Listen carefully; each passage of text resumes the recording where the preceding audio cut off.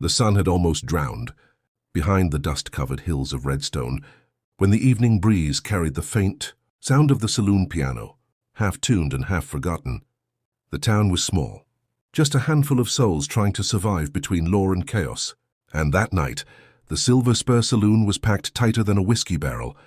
The scent of cigar smoke mixed with sweat and gun oil, and the clinking of glasses echoed against the wooden walls like a heartbeat refusing to die. Sheriff Colton Briggs, a man feared more than respected, stood tall near the bar, his star glinting under the lamplight, eyes locked on the woman in front of him. Her name was Elara Grace, the kind of woman who didn't belong to any man. Though every man in Redstone had once tried to claim her heart, she stood there with her chin high, her golden hair catching the amber glow of the lamps, a glass of untouched bourbon resting between her fingers. The sheriff had just asked her to be his wife, not out of love, but out of pride, and when she looked him straight in the eye and said no, the air inside the saloon froze. The music stopped mid-note, chairs creaked, and even the ceiling fan seemed to hold its breath. Nobody dared to move. Nobody dared to speak. Colton's face tightened, his pride bleeding through his glare. He wasn't used to being refused, not in front of his men, not in his town. He took a step closer, boots clicking against the wooden floor, his voice dropping low. "You sure about that, Elara?" he said, his tone carrying a threat wrapped in a smile. But Elara didn't flinch. Her voice was calm, soft and strong enough to slice through the silence. "I was sure before you even asked," she said. The sheriff's jaw twitched. Somewhere near the corner, a man's chair scraped the floor udder slow, deliberate and defiant. The sound echoed like thunder in a stormless sky. Heads turned toward the corner table, where a lone cowboy sat, hat tilted low, a scar running down his cheek like a line of unfinished history. His name was Jace Dalton, a drifter to some, a ghost to others, but the few who knew him whispered stories of the man who'd once stood alone against 5 bandits and walked away with his gun still smoking. He'd been quiet since he rode into Redstone 2 nights ago, drinking nothing but black coffee and keeping to himself. But now his chair scraped back as he rose, slow and steady, like a storm deciding to break. The sheriff's eyes narrowed as Jace stepped forward, his boots echoing in the hollow quiet. "And who the hell are you?" Colton spat, though his hand hovered near his holster. Jace didn't answer at first. He looked at Elara, and something in his eyes softened, something old, something known. Then he turned back to the sheriff and said, low and firm, "She already belongs to me." The room gasped, a mix of shock and disbelief. Men looked from one to another, whispering, waiting for the gunfire they knew was coming. Elara's lips parted, her pulse racing, memories she thought she'd buried rushing back like a river breaking its dam. Years ago, before Redstone, before the sheriff's law, there had been a small town named Clearwater, and in Clearwater there was love wild and free between a young gunslinger and a girl who played the piano every Sunday. That girl was her, and that gunslinger was the man now standing between her and the sheriff's rage. "Jace," she whispered under her breath, her voice trembling not from fear but from the ghost of a love she'd thought was gone forever. Colton let out a short, bitter laugh. "You must have a death wish, cowboy." The air grew heavy. The piano keys trembled, as if even the wood knew what was about to happen. Jace stood calm, his hand never touching his gun, eyes locked on the sheriff. "I've already died once," he said quietly. The sheriff sneered, his fingers brushing his gun handle. But before he could draw, Jace took a single step forward, just enough to make every man in the saloon grip the edge of his seat. "You think she's yours because you wear that star?" Jace said, "That star doesn't mean law anymore. It means fear." "And I don't see fear in her eyes." A murmur swept the crowd. The sheriff's pride burned hotter than the whiskey in his veins. "You talk big for a man who's about to meet his maker," Colton said, voice low and trembling with anger. But Jace didn't blink. "Maybe," he replied, "but I won't be meeting him alone." His hand twitched, slightly toward his holster. Not a full draw, just enough to remind the sheriff that this wasn't going to be easy. The sheriff's men shifted nervously, eyes darting between the 2 men like vultures waiting for the kill. Elara took a step back, her heart pounding, her hand trembling as the memories flashed again. The gunfire.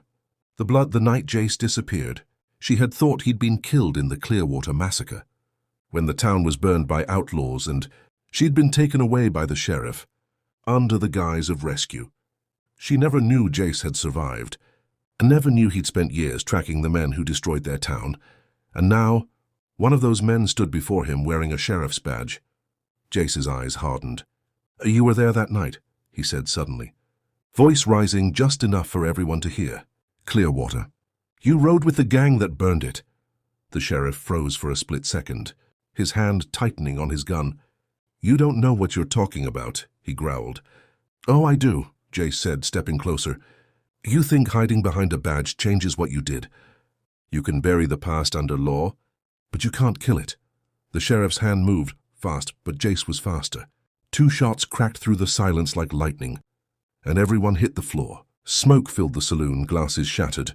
The piano screamed as a bullet ripped through its side. When the smoke cleared, both men were still standing, guns drawn, eyes burning with fury. Jace's hat had fallen, revealing the scar under his eye, a mark left by the sheriff's bullet years ago. "Looks like we finished what you started," Jace said, his voice low, steady, deadly. But before he could fire again, Ilara screamed, stepping between them. "Stop!" she cried, her voice breaking the fever of rage that had consumed them both. "I won't lose either of you to this madness." The sheriff's gun trembled. Jace's eyes softened. For a second, the world stood still at 2 men, 1 woman, and 1,000 ghosts between them. Then distant thunder rolled outside, a storm brewing over Redstone. The sheriff lowered his gun slowly, his pride bleeding into silence, and walked out through the saloon doors without a word. The sound of rain began to fall, heavy and slow, washing the dust from the wooden porch. Jace stood there, his gun still smoking, his heart still racing. Ilara turned to him, tears in her eyes, hands shaking as she reached for him. "You shouldn't have come back," she whispered. "I had to," Jace said softly. "I made you a promise once, that I'd come back when it was safe." She shook her head. "There's no safe in Redstone. Not anymore." He looked toward the door where the sheriff had gone, his jaw tight. "Then I'll make it safe," he said. Outside the rain grew heavier, the thunder closer.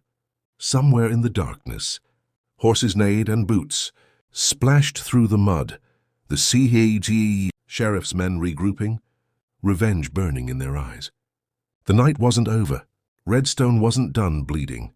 But for the first time in years, Ilara felt something she hadn't felt in a long time. Hope. As Jace turned to face the storm, lightning flashed across the sky, and his silhouette framed the doorway like a man carved out of fire and fate. The battle for Redstone had just begun. Rain kept falling over. Redstone, like the sky itself, was trying to wash away the sins of the town. The kind of rain that soaked through leather, blood and memory alike. And as the thunder rolled over the hills, Jace Dalton stood in the middle of the street, his coat plastered to his shoulders, his eyes locked on the horizon where the sheriff's men had disappeared. Behind him, the Silver Spur Saloon glowed faintly through the curtain of rain, its lamps flickering like old souls refusing to die.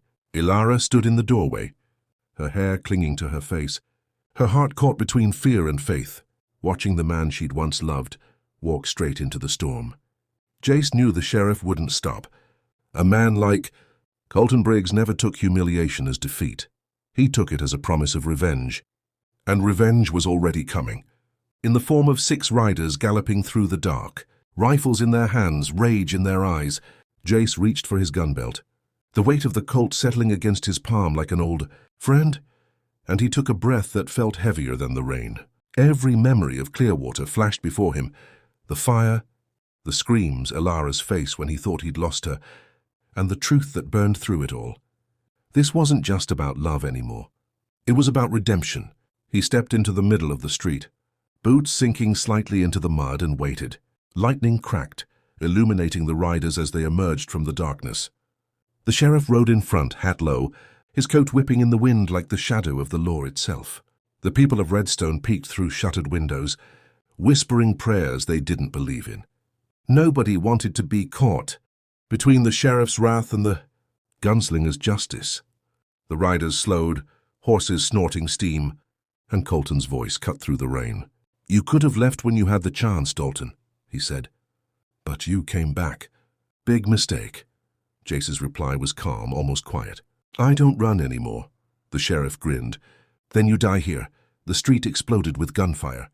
Bullets tore through the rain, splintering wood, shattering windows, sending sparks from iron signs. Jace rolled behind a trough, returning fire with precision, each shot a memory, each bullet a confession.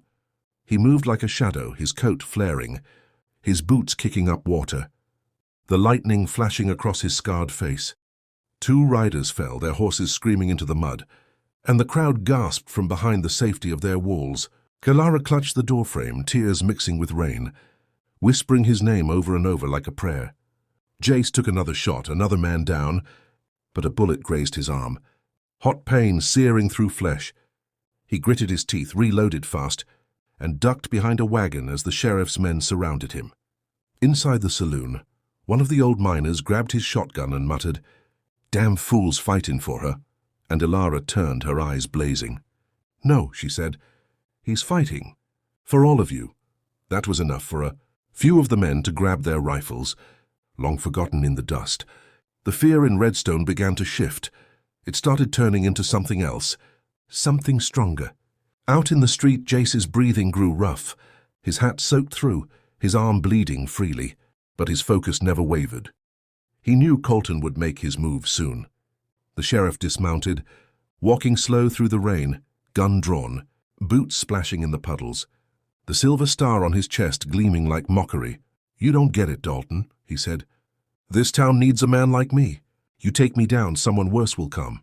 Jace looked up, eyes dark under the brim of his hat. "Then I'll be here to stop him too." The sheriff laughed, low and cruel. "You think you're some kind of savior? You're just a ghost from a dead town." Jace stood, straightening to his full height, ignoring the blood, ignoring the thunder. "Maybe," he said, "but ghosts have nothing left to lose." The sheriff fired first, a flash, a roar. But Jace had already moved. The bullet grazed his side, tearing fabric, and his return shot struck the sheriff's gun hand, knocking the weapon to the mud. Colton roared, clutching his wrist, then lunged forward, tackling Jace into the street. The 2 men fell hard, fists flying, mud splattering, blood mixing with rain. They rolled through the dirt, years of hatred burning through every strike. The sheriff slammed Jace's head against the ground, shouting, "You should have stayed dead." But Jace caught his arm twisted and threw him off. He rose slowly, chest heaving, the storm raging around them like the gods were watching. Colton reached for a hidden knife, lunging again, but Jace caught his wrist mid-swing and drove his fist into the sheriff's jaw. The knife fell, spinning into the mud. For a moment they stood face to face, both breathing hard, both bleeding, the rain washing their sins clean. Then Jace picked up the sheriff's own gun and leveled it at him. "You burned Clearwater," he said quietly. "You took everything from me." From her. The sheriff's eyes flashed with fear, real fear for the first time. "It wasn't me," he said, voice trembling. "It was—" But the words never finished because a gunshot rang out from behind. The sheriff's last man, hidden on a rooftop, had fired.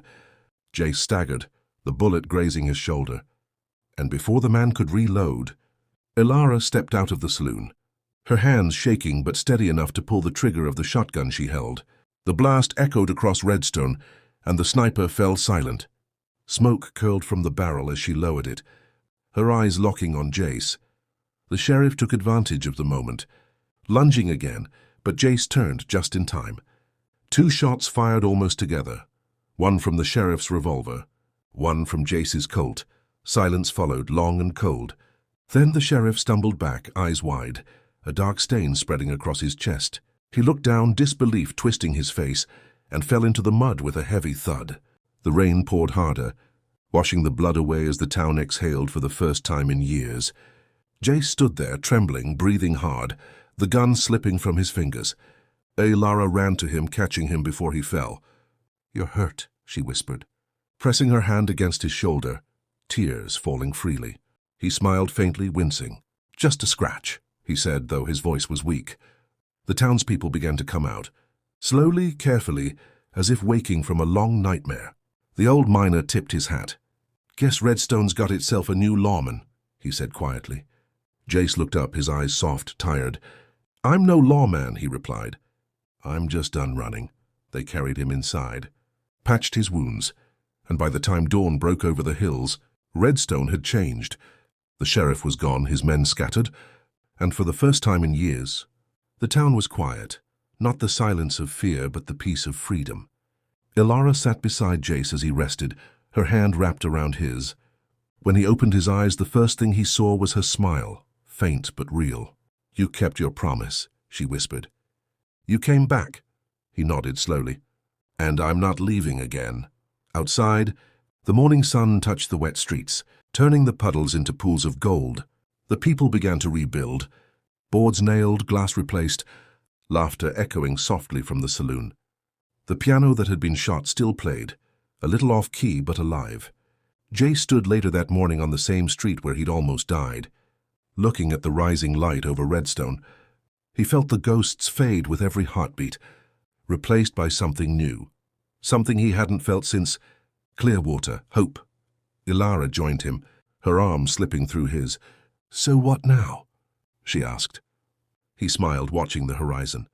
"Now we live," he said simply. The wind carried their laughter across the hills, blending with the cry of the morning train that passed far beyond the town. A new day, a new start. Redstone was no longer ruled by fear. It was ruled by courage, by love, by the quiet strength of two hearts that refused to give up. And somewhere deep inside the mountains, the storm clouds finally broke apart, letting the light spill through. If you loved this story, the emotion, the action, and the courage that kept love alive in the wild heart of the West, make sure to hit that subscribe button and join us for more tales like this. Stories of heroes, heartbreak, and redemption that remind us that sometimes love isn't just something you feel. It's something you fight for.